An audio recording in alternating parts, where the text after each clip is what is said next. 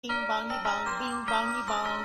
This is Joe, the bearded historian. He'll tell you an interesting history. Be careful of his soldiers, they can be brats. This is Angel, she's an entity. She'll cause chaos and plant her hands at you. This is Sue, she likes spirits, not the alcohol. She's the reason this channel exists. This is David, he likes fire trucks. He's here occasionally. Bing bongy bong, bing bongy bong, bing bongy bong. We preserve his story. And okay.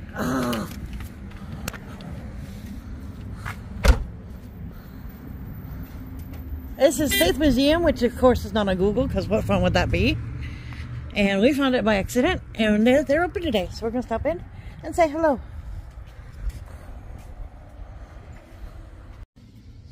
Welcome to week 2 of February. It is Monday. Bleh. Nobody likes Mondays. Does anyone like Mondays? I don't think so. I don't mind Mondays, but I also don't like them.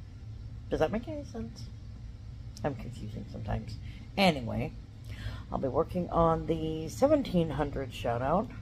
Oh my gosh, I just did 1600. Now I gotta do 17. My goodness, it's been less than 2 weeks from what. Oh, a little over 2 weeks from when I looked at the 1600 video. I think. It's early. Leave me alone. I don't know what I'm talking about. Anyway, I've chosen a unicorn race today because it's Valentine's month. And I can. So all of you are pretty unicorns today. Ready? Here we go. Shout out time. Here's a shout out just for you. You support me, so I support you. This shout out is for our friend. Let's see who it is today. Ready? Okay, here we go. There's Old Fart. There's She Stole. There's Lashes. There's Crip. There's Lower. There's 755. There's John. There's Supercalifragilistic, there's Wit, there's TNT, Rural, Lynn, Wright, Kenny and Debbie, Papapis, Bobby, Heather, who I forgot to check out the race, but that's okay, Gen X, Richie Cat, my Linda, Tess, Derek, Preposterous, let's see, Lower, Tramps, Freckled, Laura, Paralife, Crypt, Jessica, there's Embark Nation, Rural, Carnival, there's Wright. Alright, it's Kezo. Alright, hang on a minute. Okay, so Krizo, this is welcome to my channel. I'm not just your average gamer. I love to play. It gets even better when I share my passion gaming with others. He is a gamer, currently playing lots of games apparently, Destiny 2, Injustice, Infamous, Retcon, so you are interested in gaming, check him out, like, share, comment, have a good day. All over the country, Yeah. Of course, now the walking line got shut down. Worldwide. Yeah. Yeah. For whatever, now, they said this was the end point that they had for the railroad here. Yeah. Did they ever have any plans to go further on, or did they just say? They did originally, but they see the railroad came west, and originally Mobridge is north on Highway 12, and 212 is south, and originally in the 1890s,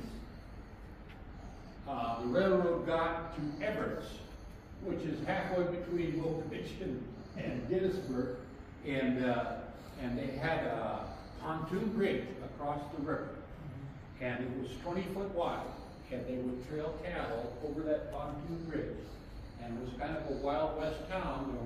It was full of bars and saloons and stockyards, but cowboys would trail cattle, and they would cross the river on that bridge, And of course, they had to, you know, they had to schedule their travel times and stuff with the railroad. And so, anyway,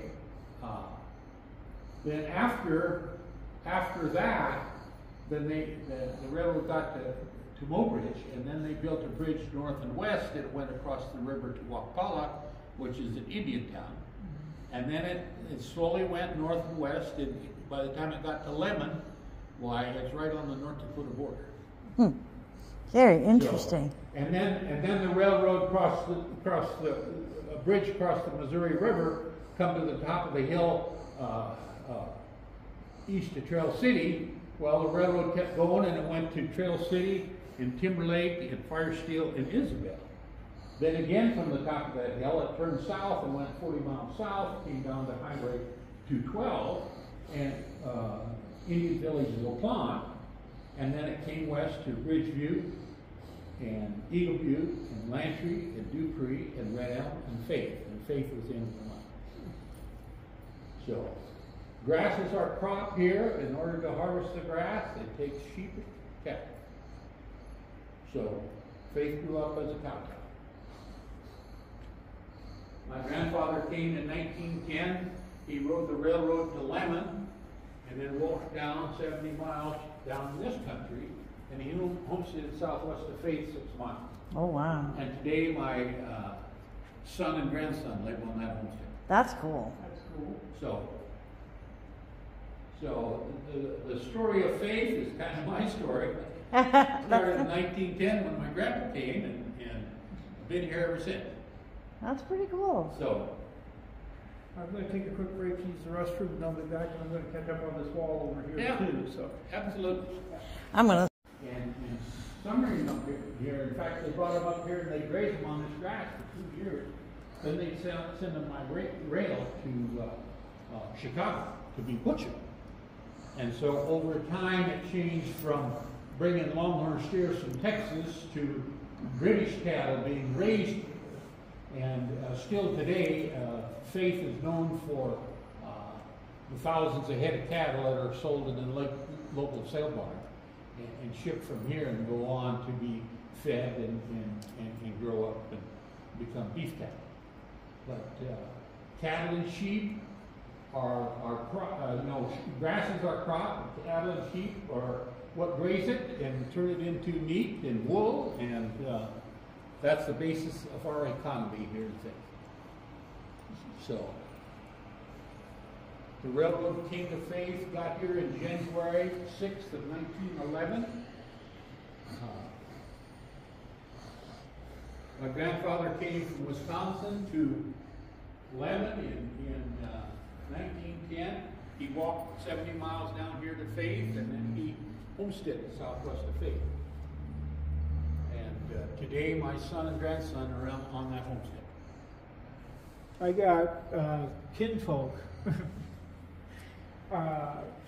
that grew up around White Owl. Yeah. And it's funny because if you say the name wrong, you're related to the governor. If you say your name right, you're a poor farmer and rancher from White Owl.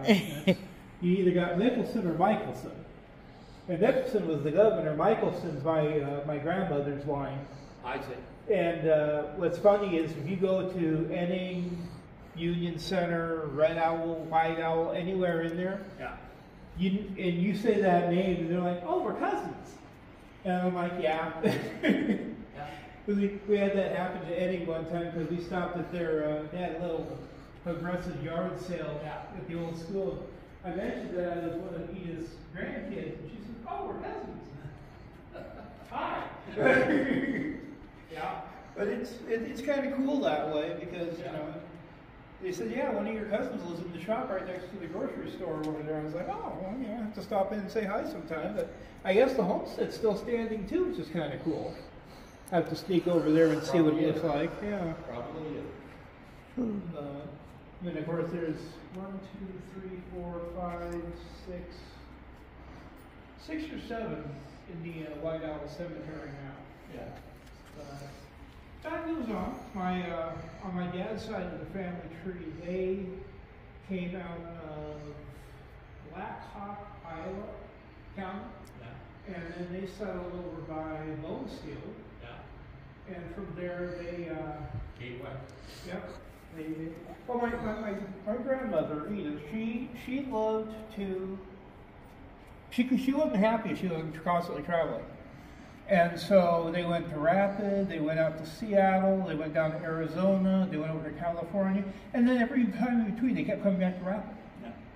And finally my grandpa went to my dad and says, I know you hate this because we can't keep your school books lined up with you graduating. And he said, yeah, well, you and me are going to stop to travel.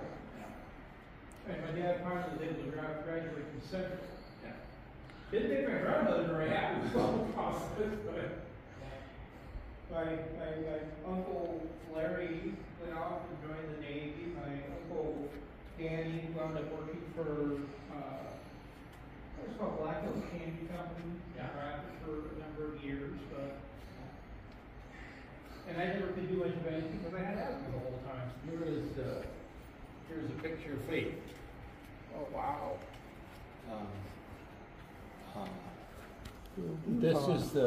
This is the stockyards out east of Faith, and you're looking west, and there were 2 elevators, and here's the wool warehouse, and right here is where the depot was. This is the stockyard. Wow. And so there's that wool warehouse and 1 elevator, and the depot, and the community building on the end of Main Street. That's about in that area where the parking lot is, about where the depot was at the time.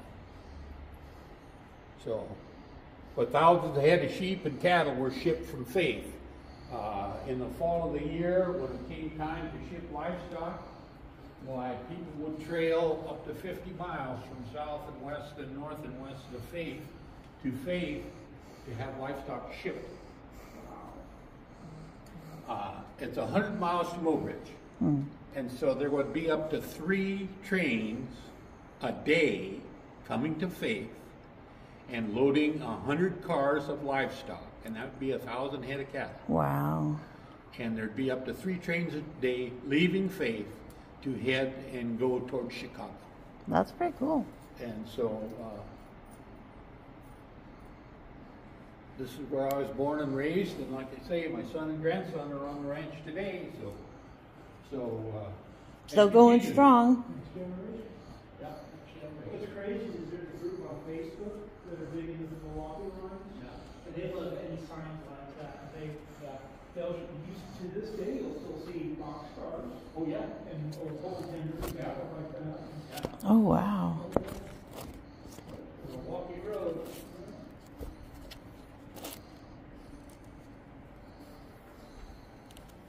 Well, walk around, enjoy. Ask you to sign our guest book before you leave. And There's another Mac noise. That noises. 2 of them, actually. And there's this one over here, but I think this one's kind of a generic one. And that big one up there, which I didn't see, that's kind of a cool one up there.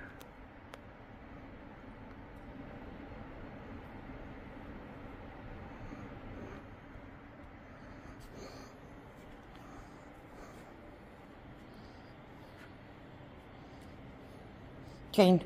Chains.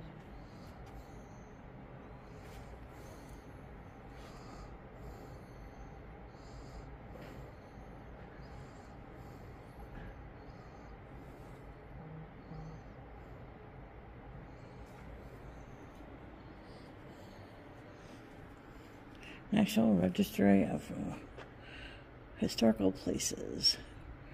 Brewing Warehouse.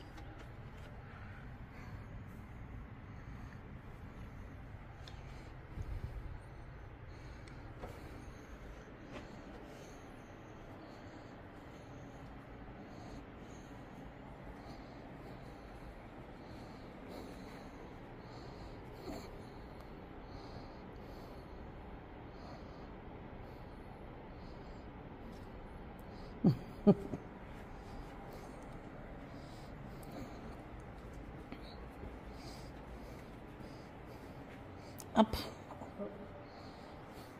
And a bell or two? A card A bell or catalog. two and a lamp or two. Tom Berry, Cowboy Governor, Noon Mess Roundup outside of Fort Pierre. Jack. I just said that. That's the one we saw, right? Yeah, he's by Belvedere. Okay. Spring Market.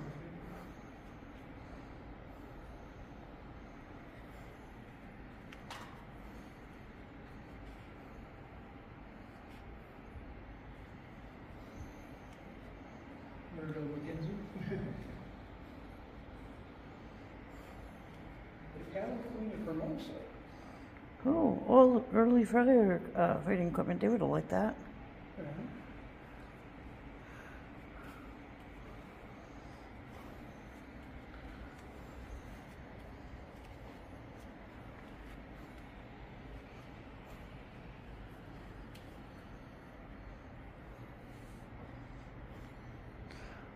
How we want to do this? Go over there? Go over there. Go over here? Yeah. Okay. And no, not touching the military garments. What? Why not? Authentic. Very cool, though. Yeah.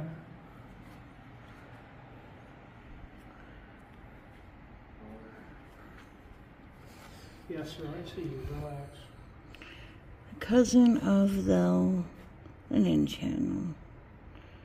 Interesting. I like the long view.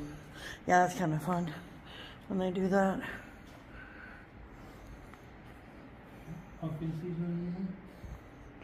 That's a cool looking building. Model house built by Hugh Groves. I like it. Yes, very, very cool.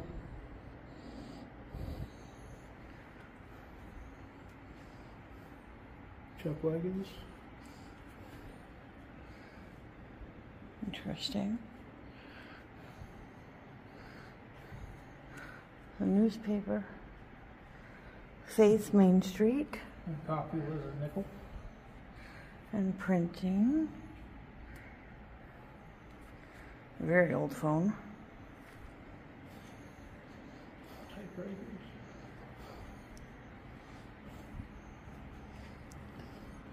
A little town was, oh, that's kind of cool.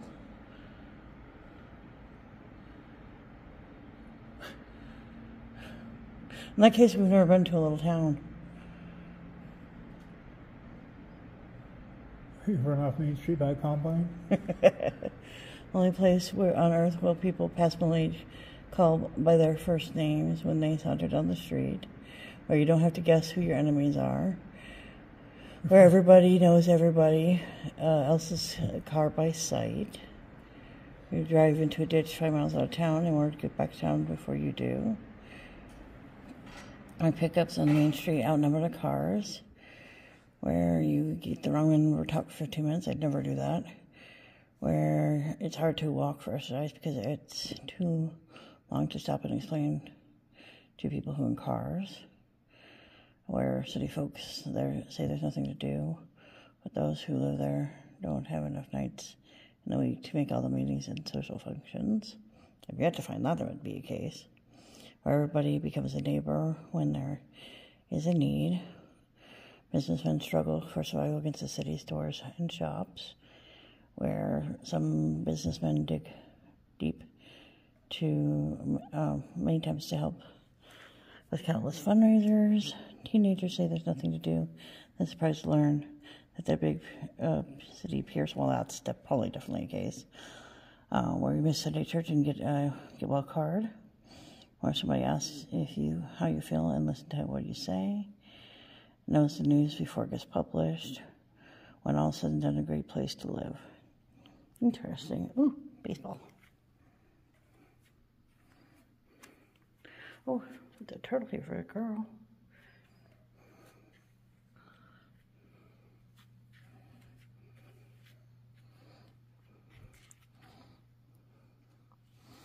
I got some newspapers here.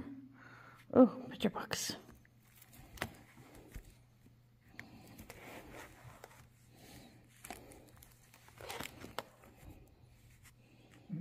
Jungle Book. The Jungle Book? Yeah.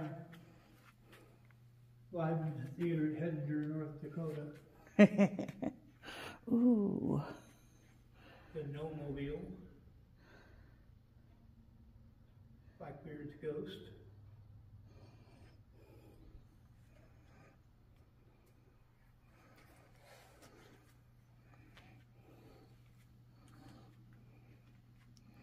That's kind of fun.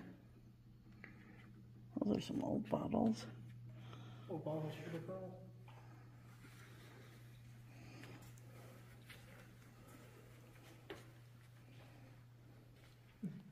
Like the old hardware Hanks hat. Isn't that cool? Yeah.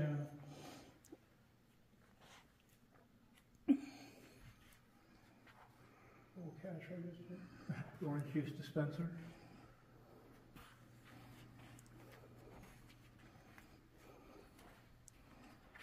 Epicat. Epicat. Ew. Oh, there's some of your old books, babes. Oh, there you go. Early face strip lamp. That's big. That's all I can say is that is big. Oh, here we go.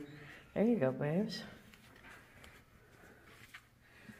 But take a picture of that so we can put it on our list of books for you to look for. Also, that book I was showing you, they have a CD, and it covers more years. So the CD might be a better deal. South Dakota history. Yeah, that's definitely one you'd like. Those little magazines. I've seen those a few places.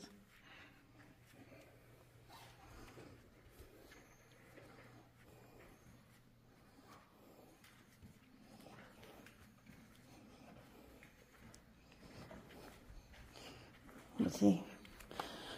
Book says 10 to 20, and this one says, oh, I guess it's the same. It's just broken up into segments. How much are the books?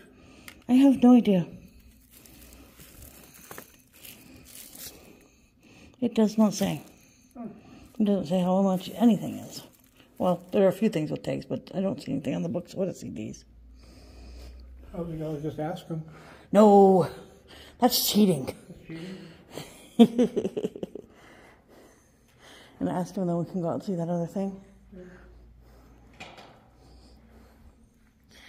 How much does these go for? I think those are, I think they're $16. That's not too bad. No. The guy that ran the tavern, before Prohibition started, he went in and he got totally drunk and a fire started. And it burned something like 90% of the town to the ground. But surprisingly enough, the general store, the dance hall, that one big building survived. Remained, yeah. Yeah, it's still there, Yeah. which is pretty cool. Yeah. But I can remember Highway 212 going west of Faith. It was a gravel road. And I can remember going through Sulphur and Camp Creek on the way to Newell. It was a gravel road all the way. we've driven that gravel road about 3 times now. Yeah. Mm-hmm. It's kind of bumpy and exciting, but I can imagine back then when you were using buggies and stuff like that. Oh my. Oh my. About shake your teeth out of your head. Yeah. I rode with my dad in a 1950 Dodge pickup. And we had a cow in the back, and we had a trailer behind that was 6 by 10. We had 4 cows in the trailer with a little 6-cylinder motor, a flathead 6. Wow. Can you imagine driving all the way to Sturgis to sell cattle? Oh, God. Is your milkshake ready? Yeah, here you go. Yep. So, anyway. Dumb question. And this is just because of the history that I've been playing with. Do you ever remember there being a town called Cooper? Yes. Know exactly where it is. Cool. You go west of Faith, Mhm. 8 miles, Mm-hmm. and you go south about 7, and then you go west about 2, and then you go south about 8, and you come to a T in the road. That's the Evance Road, comes from the north and stops at a T, and it connects up with the Brushy Creek Road. Okay. And there's a T there, and it hits the Brushy Creek Road, and it goes about a mile west, and right where it turns, that's where the town of Cooper was. Huh. Yep. He's been trying to find it on a map. Unfortunately, we haven't found a map to You have can't it. find it on the map. Yeah. See, the thing is interesting, again, working with cemeteries, like I have been, they used to have a cemetery, from what I remember. Cooper probably did have a cemetery. Yeah, there were 5 people buried in it. Yeah. But then, It every was time... quite a community Mhm. prior to, during the teens and 20s, it was quite a community. And as time went on and roads got better, why, it was left by the wayside. Yeah. Where they had the school and everything else, but, Yep. you know. I can remember what was kind of crazy is I guess there was at one time 5 or 6 small towns that had schools that tried to make their own, what do you want to call it, unified school district. Yeah, yeah, And Cooper was in that group, but yeah. I think they only managed to See, do north of Union Center is Stoneville. Mhm. Been there. One time Stoneville had a high school. Mhm. That was the most unique high school because I mean it didn't have anything for extracurricular. No. But it No. taught the students. But it was high school. Yeah. We actually been outside that high school, really neat building. Yeah, it is quite a bit. Of course, now trying to find somebody to let you look inside it is, you know, are any of these houses occupied? Well, not really, but, you know, knock on a few doors and see if anybody wakes up, but yeah, no, it's been fun going through some of these small towns, you know, Red Owl, it used to have a post office, Yep. doesn't anymore. Yeah. There's that one, you know, you talk about Stoneville's here, and then you go that way, west, and there was that one, Fairpoint. yeah, Fairpoint, and it's got a cemetery, Yeah. and I think their fire department is up on the hill. But then if you go north, you've got, there's like 3 schools that used to sit up there, and all 3 of those are empty now. Yep. The thing I thought was funny is they moved the school from Sulphur to Mudbutte, and Mudbutte isn't anything either. It's like, Yeah. you got one building, woo! Yeah.